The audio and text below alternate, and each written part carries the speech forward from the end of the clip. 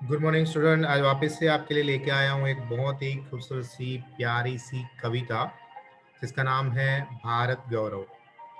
भारत का नाम लेते ही हमें भारत की महानता, भारत की संस्कृति, संस्कार एंड कल्चर के बारे में याद आता है।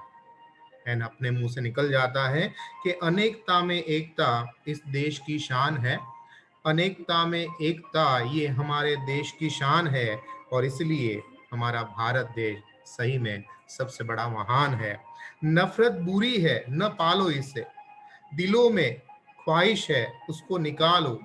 न मेरा न तेरा, न उसका न इसका, ये वतन हमारा है, चलो मिलके संभालो इसे।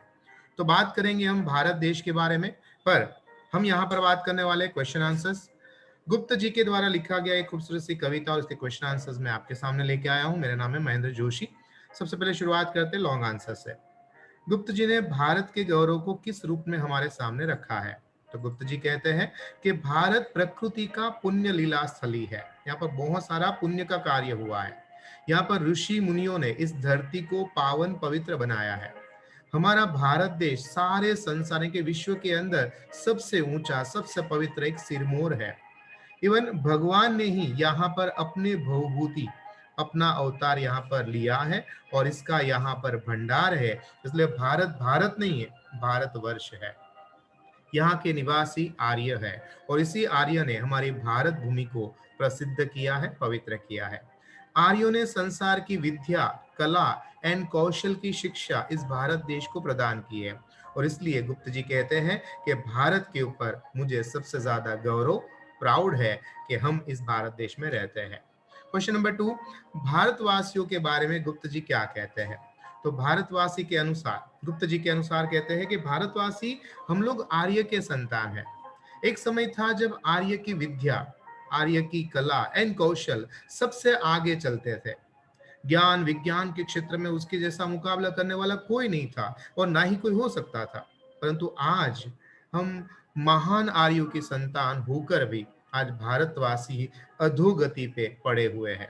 हमारी प्रगति की दौर में वो बुरी तरह से पिछड़ते जा रहे हैं और फिर भी हाँ, हमारे अंदर हमारे पूर्वज, हमारे वडिल, हमारे आर्यंस उसकी अच्छी आदर्श एंड गुण है, जिसके कारण से आज भी हम इतने तो खराब नहीं हुए हैं क्योंकि हम आज भी उसको भूले नहीं हैं। आगे क्वेश्चन है, आर्य के उच्च चरित्र के बारे में गुप्त जी क्या कहते हैं? तो गुप्त जी कहते हैं कि आर्य के उच्च आदर्शों के साथ हमें जीवन जीते थे। हमेशा परोपकार, दूसरों के लिए दया भावना और प्यार और सत्कार किया, उसका जीवन एक उद्देश्य था। दूसरों के लिए जीना वो अपने जीवन की सार्थकता मानते थे। स्वार्थ की भावना से वो हमेशा कोसों दूर रहते थे। वो कर्म को, अपने कार्य को ही अपनी वीरता समझते थे। निष्क्रिय होकर बैठा रहना वो कभी मानते ही नहीं थे क्योंकि आलस उससे कोसों दूर थी। इस प्रकार से गुप्त जी कहते हैं को आर्य के उच्च चरित्र की हमेशा हमें प्रशंसा करनी चाहिए। नाउ टू लाइन आंसर्स है, आर्य किन किन विषयों के आचार्य थे? तो उसका उत्तर है विद्या, कला एंड कौशल के आचार्य थे। आर्य की संतान आज किस स्थिति में है? तो आर्यों की संतान आज अधोगति की स्थिति में है। आर्यों की क्या विशेषता थी? तो आर्य स्वार्थ से अधिक परोपकार को महत्व देते थे, मोह से दूर रहते थे और हमेशा निष्कर्ष पसंद करते थे।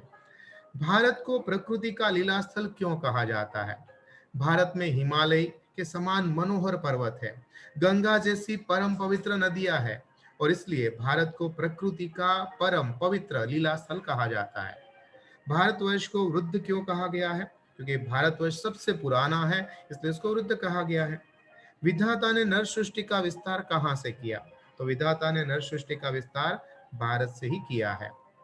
उसके बाद है आशय स्पष्ट करिए, ये सबसे ज्यादा जरूरी है और इसको हमेशा आप लर्न करिए अच्छी तरह से। वृद्ध भारत वर्ष का सिरमौर है। तो सिरमौर का अर्थ है हमेशा आगे रहने वाला सरदार, श्रेष्ठ चरित्र वाला नायक। प्राचीनता के अंदर या प्राचीन काल के अंदर ज्ञान विज्ञान के क्षेत्र में भारत सबसे आगे था। भारत ने दुनिया को भिन्न भिन्न विद्या में, अलग अलग विद्या, कला, कौशल और उसका ज्ञान प्रदान किया। इस देश संसार में सबसे आगे सभ्यता और संस्कृति के पाठ सिखाता था। आज भी हमारा देश संसार में सुख, शांति और मानवता का संदेश देते हैं। इस क्षेत्र में दुनिया का हमेशा नेतृत्व करने वाला सराहनीय हमारा वृद्ध भारतवर्ष है, इसलिए भारतवर्ष सबसे आगे यानी कि सिरमौर है। भगवान की भवभूति का प्रथम भंडार है, ऐसा क्यों कहते हैं? तो आपको लिखना आंसर, भवभूति अर्थात संसार के वैभव और उपकरण, जैसे सोना चांदी हीरे मोती। यहाँ पर बहुमूल्य पदार्थ भारत के पास ने पता लगाया। रेशमी वस्त्र बनाने की कला भी यहाँ पर विकसित हुई। इस प्रकार से भारत ने केवल ज्ञान विज्ञान का विकास नहीं, परंतु वैभव के उपकरण का भी उपयोग किया है और आरंभ भी किया है। इसलिए भगवान ने यहाँ पर अपनी भवभूति, अपना ज्ञान और अपना संपदा भी यहाँ पर हमें भारत को प्रदान की है। उसके बाद है व्याकरण।